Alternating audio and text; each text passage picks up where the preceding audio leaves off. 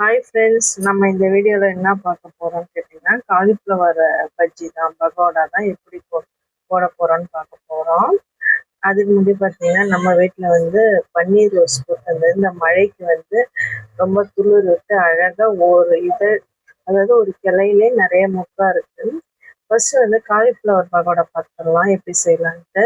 நல்லா சைஸாக அழகாக புட்டு எடுத்துக்கிட்டு அதுக்கப்புறம் பார்த்தீங்கன்னா, நம்ம வந்து ஒரு மஞ்சள், உப்பு போட்ட தண்ணியில் நல்லா சுட வச்சு நம்ம காலிஃப்ளவரை அதில் கொட்டணும். ஏன்னா நிறைய புழுலாம் இருக்கும். மழையில் வந்து நமக்கு கொஞ்சம் சீப்பாக கிடைக்குது இப்போ, அது சீசனும் கூட.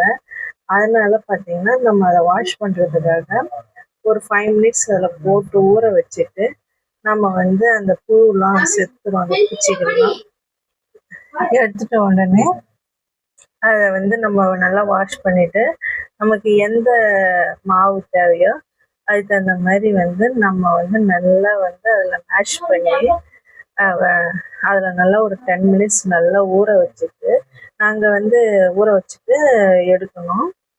அதுக்கப்புறம் போட்டு ஒரு 10 மினிட்ஸ் நல்லா அந்த ½ அன் ஹவர் கூட ஊறலாம், ஒன்றும் தப்பு இல்லை. அப்போ தான் கிறிஸ்பியாக இருக்கும்.